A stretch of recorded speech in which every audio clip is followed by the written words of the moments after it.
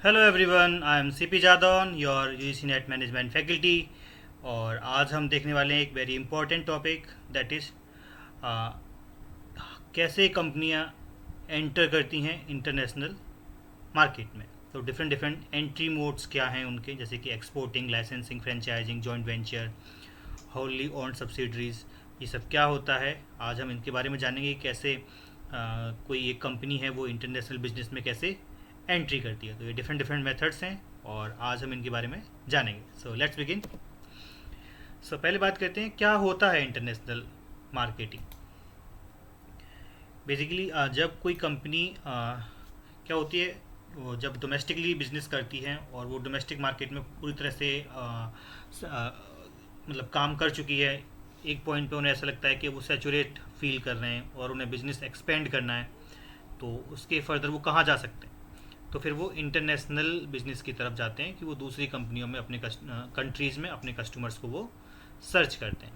तो यही होता है हमारा इंटरनेशनल बिजनेस, है ना। तो international marketing refers to process of planning, pricing and promoting distributing goods and service across national boundaries to satisfy international customer. तो जब इंटरनेशनल मार्केटिंग की हम बात करते हैं तो उसमें हम सारी चीज़ों की बात करते हैं, जहाँ पर हम प्लान करते हैं, प्लानिंग करते हैं, प्राइजिंग करते हैं, किस तरीके से प्रमोट करना है, किस तरीके से डिस्ट्रीब्यूशन करना है ना, जिससे कि हाँ जो ज़रूरत है इंटरनेशनल कस्टमर्स की उनको हम फुलफ़िल कर सकें। So international marketing activity perform in more than one country. जब आप जितने भी काम आप डोमेस्टिक कंट्री में कर रहे थे, जब आप उन्हें इंटरनेशनली करने लग जाएंगे तो हम उन्हें इंटरनेशनल मार्केटिंग बोल देंगे, जहाँ पर गुड्स एंड सर्विसेज का एक्सचेंज होता है, ग्लोबली एक्सचेंज करते हैं, ठीक है। So international marketing is the extension of domestic marketing to the foreign countries. तो वही चीज़ है जो कि आप डोमेस्टिक कंट्री में कर रहे थे अपने बिजनेस को ग्रो और एक्सपेंड करने के लिए, जितने भी आप मार्केटिंग डिसीजन ले रहे थे, अब आप क्या करते हैं उनको इंटरनेशनली आप लेते हैं, जैसे कि बियॉन्ड दी डोमेस्टिक कंट्री आप अपने बिजनेस को डिफरेंट डिफरेंट कंट्रीज़ में रन कर सकें, ठीक है। तो फीचर्स क्या हैं इंटरनेशनल मार्केटिंग के। Marketing activity take place in multiple countries, involve different currencies and foreign exchange, है ना। जब आप डिफरेंट डिफरेंट कंट्रीज़ में काम करेंगे तो वहाँ पे आप डिफरेंट डिफरेंट करेंसीज हैं उनकी, फॉरेन एक्सचेंज रूल्स अलग अलग हैं उनके, है ना। Cultural difference affect customer behaviour. अब इंटरनेशनल मार्केटिंग में जहाँ आप डोमेस्टिक कस्टमर की बात करते हैं तो वहाँ पर हम मल्टीपल फैक्टर्स की बात करते हैं कि उनका लाइफ स्टाइल कैसा है, साइकोलॉजी कैसी है ना, सोशल बैकग्राउंड किससे आते हैं वो, जो हमने बात की थी कि different different factor consuming buying behaviour को इम्पैक्ट करते हैं। तो ऐसे ही जब हम इंटरनेशनल की बात करें तो वहाँ पर ये चीज़ें और थोड़ी सी कॉम्प्लिकेट हो जाती हैं। Different legal and political environment, her country का एक डिफरेंट लीगल इन्वायरमेंट होता है, हर कंट्री की पॉलिटिकल कंडीशंस अलग होती हैं ना, तो इन सब के साथ हमें डील करना होता है। High level of global competition. तो ये सारे फीचर्स हैं हमारे इंटरनेशनल मार्केटिंग के। कंपनी क्यों इंटरनेशनल बिजनेस करना चाहती हैं, क्यों इंटरनेशनल मार्केट में जाना चाहती हैं, जिससे कि वो अपने साइज़ को एक्सपेंड कर सकें, मार्केट ज़्यादा कैप्चर कर सकें, जिससे ज़्यादा मार्केट कैप्चर करेंगे, ज़्यादा सेल करेंगे, ज़्यादा सेल करेंगे तो ज़्यादा प्रॉफिट अर्न करेंगे, है ना। बिजनेस अपॉर्चुनिटी मिलेंगी, नया और कुछ करने को मिलेगा उनको।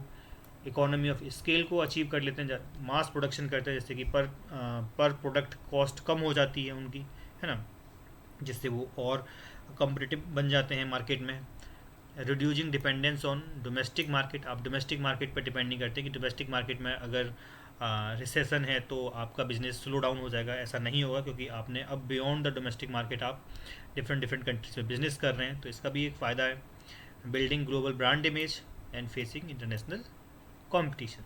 तो ये सब कुछ फीचर्स हैं, वो रीजन हैं कि क्यों कंपनियां इंटरनेशनल मार्केट में जाना चाहती हैं। अब क्या चैलेंज फेस करेंगे, वही चैलेंज फेस करेंगे कि कल्चरल डिफरेंस है ना। कल्चरल डिफरेंस है, उनके वैल्यू सिस्टम्स अलग हैं, उनका सोचने समझने का तरीका, उनका बिहेवियरल स्टाइल अलग है ना। और language barrier definitely, political legal restrictions अलग अलग हैं, है ना। अब आप देखते हैं कि जैसे कि डोनाल्ड ट्रंप करते रहते हैं, कभी टैरिफ लगा दिया, कभी टैरिफ हटा दिया, है ना। तो जैसे कि एक गवर्नमेंट आती है वहाँ पे तो कुछ और रूल आ जाते हैं, कोई और गवर्नमेंट आती है तो कुछ और रूल्स आ जाते हैं। तो इस तरीके से पॉलिटिकल एंड लीगल रिस्ट्रिक्शंस बहुत इंपॉर्टेंट प्ले करती हैं इंटरनेशनल मार्केटिंग में। करेंसी फ्लक्चुएशन, ट्रांसलेशन और ट्रांजेक्शनल इशू आते हैं ना, ट्रांसपोर्टेशन एंड लॉजिस्टिक्स इशू हैं। तो ये सब कुछ मेजर चैलेंजेस हैं इंटरनेशनल मार्केटिंग में। तो अब आप इंटरनेशनल मार्केट में एंटर कैसे करेंगे, तो अब हम वो देखने वाले हैं कि डिफरेंट डिफरेंट कौन कौन से मेथड्स हैं जिनके थ्रू हम इंटरनेशनल मार्केट में एंटर कर सकते हैं। So entry mode decision refers to the method और strategy through which a company enters a foreign market.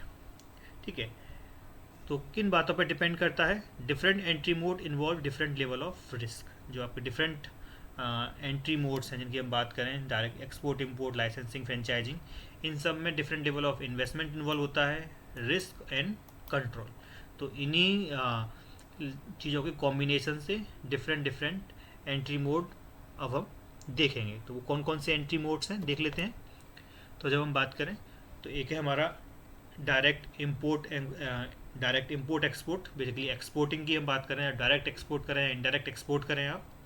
Licence, जहाँ पर आप लाइसेंस देते हैं किसी और को अपने ब्रांड का ट्रेडमार्क यूज करने को, है ना। फ्रेंचाइजी लाइसेंसिंग से थोड़ा ऊपर आते हैं, जहाँ पर आप मैनेजमेंट को कैसे कंट्रोल करना है वो सब भी ट्रांसफ़र करते हैं। फिर कॉन्ट्रैक्ट मैन्युफैक्चरिंग, कंपनी क्या करती हैं कि हर कंट्री में जाके प्रोडक्ट नहीं एक्सपोर्ट करती हैं, वो क्या करती हैं लोकल कंट्री में ही किसी मैन्युफैक्चरर से वो कॉन्ट्रैक्ट करती हैं और फिर वहाँ पे उनसे अपना प्रोडक्ट बनवाती है, लेकिन अपने ब्रांड का टैग लगाकर वो सेल करती हैं, तो उसे बोलते हैं कॉन्ट्रैक्ट मैन्युफैक्चरिंग। टर्न की प्रोजेक्ट क्या होता है? टर्न की प्रोजेक्ट वो होता है जहाँ पर ऐसे इंडियन कोई कंपनी है, उसको यूके में बिजनेस करना है, तो वो यूके की किसी कंपनी से बात करेंगे, टाई अप करेंगे, जहाँ पर यूके की कंपनी सारा कुछ किस तरीके से मैनेजमेंट होना है, किस तरीके से प्रोजेक्ट को रन करना है, वो सारा कुछ बना देगी। जो इंडियन कंपनी होगी वो सिर्फ वहाँ जाएगी और उस दिन से वो काम करना शुरू कर देगी। तो इसे बोलते हैं टर्न की प्रोजेक्ट, जहाँ पर आपको बना बनाया पूरा सेटअप मिलता है। जॉइंट वेंचर, जब दो कंपनी आपस में मिलकर काम करती हैं तो उसे जॉइंट वेंचर बोलते हैं, जहाँ पर दोनों ही उस कंपनी में शेयर होल्डर्स होती हैं, है ना। एक्विजिशन एंड मर्जर, आप एक्विजिशन कर लें या मर्जर कर लें किसी कंपनी के साथ, या स्ट्रेटेजिक अलायंस में आप चले जाएं। स्ट्रेटेजिक अलायंस, जहाँ पर आप एक कॉन्ट्रैक्ट साइन करते हैं, यहाँ पर आप किसी ऑनरशिप के बारे में बात नहीं करते। तो ये होता है हमारा कुछ एंट्री मोड्स हैं, इनको एक एक करके देख लेते हैं। ये काफ़ी इंपॉर्टेंट है एग्जाम के पॉइंट ऑफ व्यू से, तो ये हमें ज़रूर याद रखने हैं। एक्सपोर्टिंग क्या होता है? Exporting refers to selling goods and service produced in one country to customer in another country. आप एक कंट्री में बनाते हैं और दूसरी कंट्री में आप उन्हें सेल करते हैं। तो ये सिंपलेस्ट फॉर्म है इंटरनेशनल मार्केट में एंटर करने का, है ना। तो इसके टाइप क्या है? डायरेक्ट एक्सपोर्ट और इनडायरेक्ट एक्सपोर्ट भी आप कर सकते हैं। फिर है licensing. Licensing is a agreement in which one company, जिसे हम लाइसेंसर बोलते हैं, गिव्स अनदर कंपनी को हम लाइसेंसी बोलेंगे, the right to use patent. क्या देते हैं? पेटेंट का, ट्रेडमार्क या टेक्नोलॉजी को यूज करने का वो आपको राइट देते हैं, या फिर आप ब्रांड नेम का भी इस्तेमाल कर सकते हैं in the return of royalty payment. ये हमें कीवर्ड याद रखना है कि रॉयल्टी हमें मिलती है। ठीक है। Transfer of intangible property. Intangible property कौन कौन सी हो गई? जैसे ब्रांड नेम हो गया, ट्रेडमार्क हो गए, पेटेंट्स हो गए, है ना। इनको आप देते हैं और किसके बदले में देते हैं? आपको रॉयल्टी उसके बदले में मिलती है। यहाँ पर लो इन्वेस्टमेंट होता है क्योंकि आपको सीधा सीधा उनसे ख़रीद ले रहे हैं, आपको ज़्यादा कुछ काम नहीं करना, है ना। तो इन्वेस्टमेंट कम करना है आपको।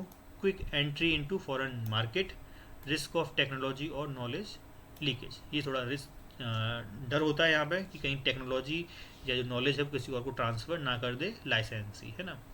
तो इन लाइसेंसी company provide right not physical ownership. सिर्फ उन्हें प्रोडक्ट को, टेक्नोलॉजी को या पेटेंट को इस्तेमाल करने का अधिकार होता है, उन्हें ऑनरशिप नहीं मिलती है। तो ये होता है लाइसेंसिंग। फिर उससे आगे आता है एक franchisee. Franchisee is an agreement in which company franchisor allow another party franchisee to use its brand name, business model and operating system in return of fee और रॉयल्टी। तो यहाँ तक तो दोनों चीज़ सेम है जब हम बात करते हैं लाइसेंसिंग की एंड फ्रेंचाइजिंग की, लेकिन डिफरेंस यहाँ पे आता है। Business rule, design, branding and process are controlled by parent company. जो लाइसेंसर है, जो फ्रेंचाइजर है, वो इन चीज़ों को कंट्रोल करता है कि कैसे बिजनेस प्रोसेस होगा, किस तरीके से काम चलेगा, क्या मैनेजमेंट होगा, वो सब फ्रेंचाइजर कंट्रोल करेगा, लेकिन लाइसेंसी में ऐसा नहीं है। तो ये एक बेसिक डिफरेंस है। ठीक है, तो ये हमें याद रखना है। और इसका एग्जांपल क्या है? देखो मैकडोनल्ड, है ना। Franchisee is a more comprehensive than licensing because the complete business model is transfer. यहाँ पे पूरा बिजनेस मॉडल है, काम करने का तरीका है, वो ट्रांसफ़र किया जाता है, ना कि सिर्फ आपको पेटेंट वगैरह या ब्रांड का नाम नहीं दिया जाता, बल्कि उसके साथ साथ आपको क्या करना पड़ता है, जो मैनेजमेंट है वो भी, पूरा बिजनेस करने का तरीका है वो पूरा आपको दिया जाता है कि किस तरीके से बिजनेस आप रन करेंगे।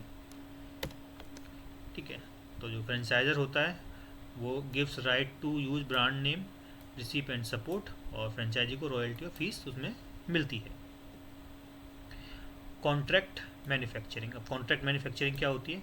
Contract manufacturing refers to an arrangement in which company hires a foreign local manufacturer to produce goods on its behalf. ठीक है, तो एक कंपनी होती है, वो दूसरी कंपनी को जहाँ पर उसे बिजनेस करना है, जैसे इंडियन कंपनी है उसको श्रीलंका में बिजनेस करना है, तो वो श्रीलंका में जाएगी और किसी लोकल मैन्युफैक्चरर को वहाँ पे हायर कर लेगी, जिससे कि वो अपने लिए प्रोडक्ट बनवाएंगे वहाँ पे।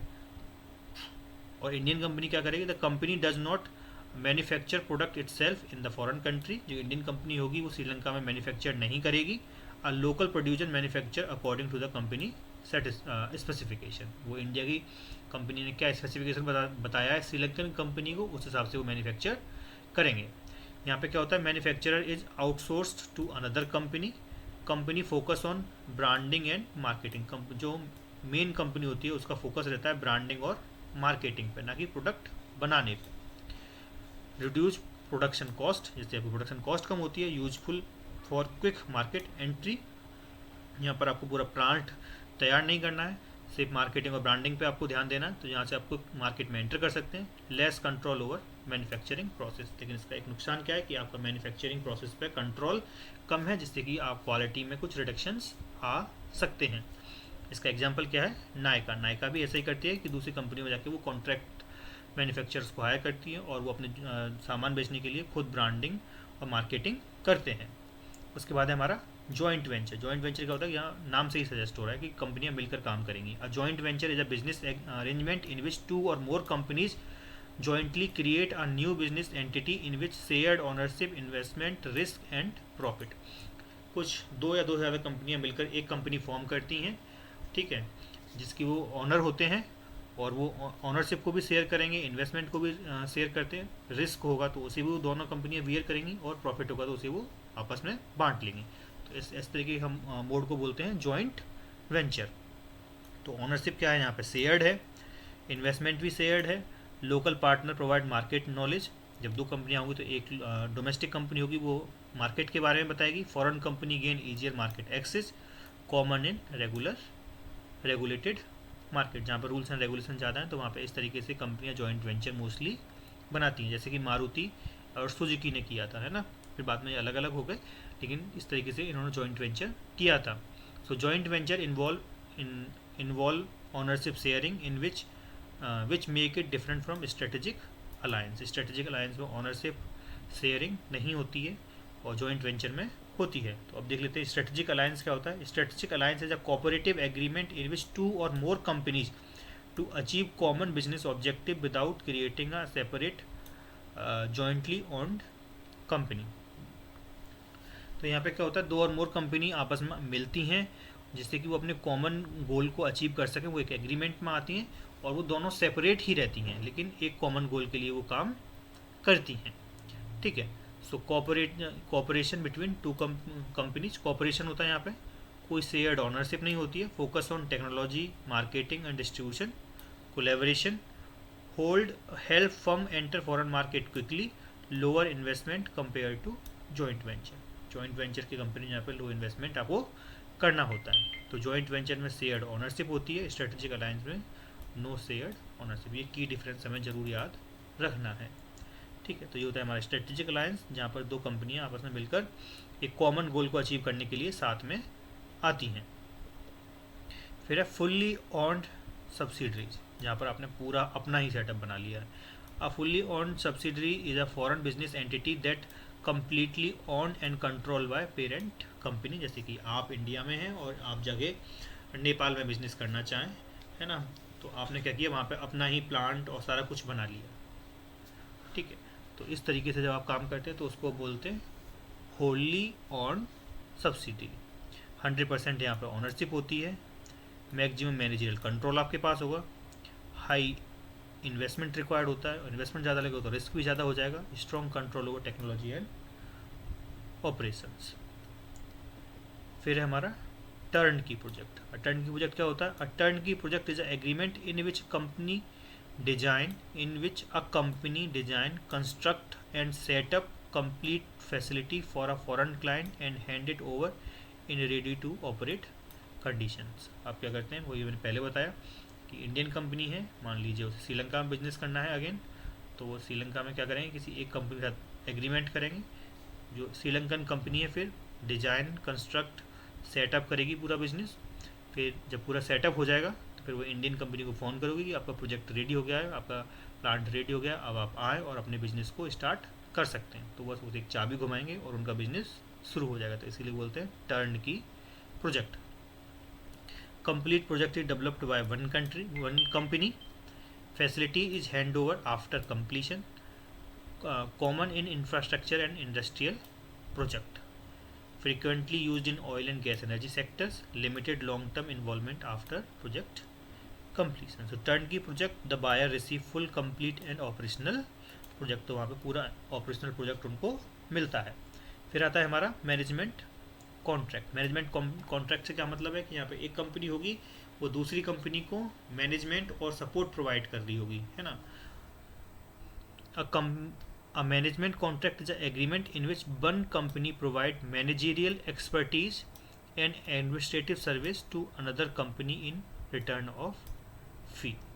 तो एक कंपनी जो दूसरी कंट्री में बिजनेस करना चाहती है तो वो वहाँ जाएगी और उस दूसरी कंपनी के साथ एग्रीमेंट करेगी, जिस एग्रीमेंट में वो उन्हें मैनेजरियल एक्सपर्टीज़ और एडमिनिस्ट्रेटिव सर्विस देंगे, है ना। तो ये है हमारा मैनेजमेंट कॉन्ट्रैक्ट। तो यहाँ पे transfer of management skill and expertise, no ownership transfer, company earn management fee, जो लोकल कंपनी है उसको मैनेजमेंट फ़ी मिलती है सर्विस देने के लिए। Common in hotel and airline hospital, focus in management not investment.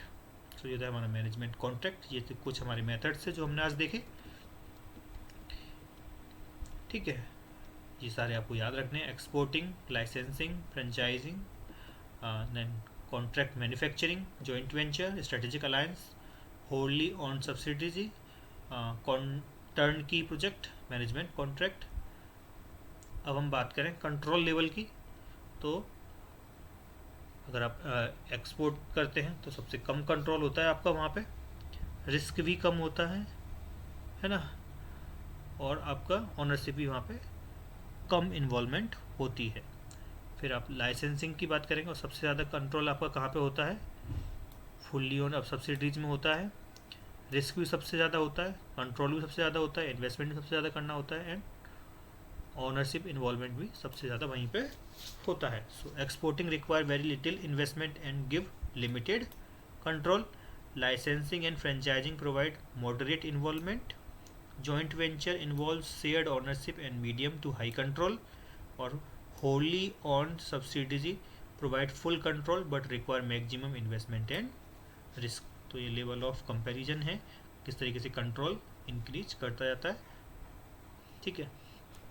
So this is all for today class. अब कुछ ऑब्जेक्टिव क्वेश्चन है, इनको सॉल्व करने की कोशिश करते हैं। एक बार वीडियो को पॉज करिए, इन्हें करने की कोशिश करिए।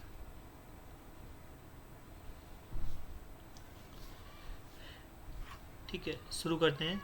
विच international entry mode provide maximum control to parent company. Maximum control की हमने बात की थी पिछली स्लाइड में, देखते तो मैक्सिमम कंट्रोल क्या होता है, होली ऑन सब्सिडरीज। तो ऑप्शन नंबर सी।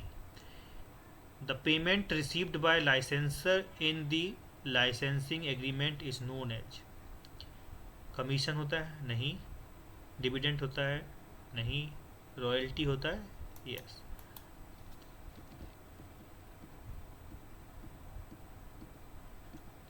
देखो रॉयल्टी मिलती है लाइसेंसर को,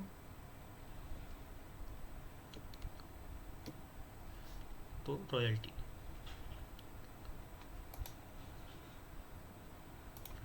विच entry mode involve shared ownership between domestic and foreign firm. Shared की बात कर रहे हैं, जॉइंटली काम कर रहे होंगे तो मतलब joint venture. Which of the following entry mode is generally consider simplest method of entering foreign market. Simplest method हमने शुरुआत में ही बात की थी, सबसे कम रिस्क और इन्वेस्टमेंट कहाँ पे होता है, एक्सपोर्टिंग में होता है। तो एक्सपोर्टिंग क्या है, सबसे सिंपलेस्ट फॉर्म है इंटरनेशनल बिजनेस में एंटर करने का। विच international entry mode in mainly involve transfer of complete business format and operating system. यहाँ पर आप अपने पूरे बिजनेस मॉडल को ट्रांसफ़र करते हैं। तो एक्सपोर्ट में करते हैं आप, नहीं सिर्फ प्रोडक्ट को एक्सपोर्ट करते हैं। लाइसेंसिंग में करते हैं, आपसे पेटेंट और ट्रेडमार्क देते हैं, वहाँ पे किस तरीके से बिजनेस रन करना है वो नहीं बताते हैं आप। स्ट्रेटेजिक अलायंस में आपसे कॉमन गोल को अचीव करने के लिए अलायंस बनाते हैं। वहीं फ्रेंचाइजी में आप ऐसा करते हैं कि वहाँ पर आप किस तरीके से बिजनेस ऑपरेट करेगा वो सब आप चीज़ें वहाँ पे देते हैं। ब्रांड का नाम वगैरह भी देते हैं, पेटेंट वगैरह भी देते हैं, लेकिन किस तरीके से बिजनेस काम करेगा वो भी आप वहाँ पर पूरे बिजनेस मॉडल को ट्रांसफ़र करते हैं। So franchisee. Which entry mode is the most closely associated with outsourcing production to foreign manufacturer. आप मैन्युफैक्चरर को काम करने के लिए हायर कर लेते हैं अपना प्रोडक्ट बनाने के लिए, और ब्रांडिंग और मार्केटिंग खुद करते हैं। तो वो कौन से केस में करते थे हम, कॉन्ट्रैक्ट मैन्युफैक्चरिंग के केस में करते थे। In which international entry mode do firm operate without equity participation. यहाँ पर आप अपना पैसा नहीं लगा रहे हैं, है ना। तो वो कौन सा था, जॉइंट वेंचर में आप शेयर्ड ओनरशिप करते हैं। होल्डली ऑन में तो आपको बिल्कुल 100% आपकी ही ओनरशिप होती है। स्ट्रेटेजिक अलायंस में आप कोई पैसा नहीं लगाते हैं। टर्न की प्रोजेक्ट कौन सा प्रोजेक्ट होता है, जहाँ पर आपको रेडी टू यूज प्रोजेक्ट मिलता है, आप आइए और सिर्फ काम करना शुरू करिए। So option number C, ready to operate project delivery. So this is all for today class. मिलते हैं नेक्स्ट लेक्चर में। Thank you.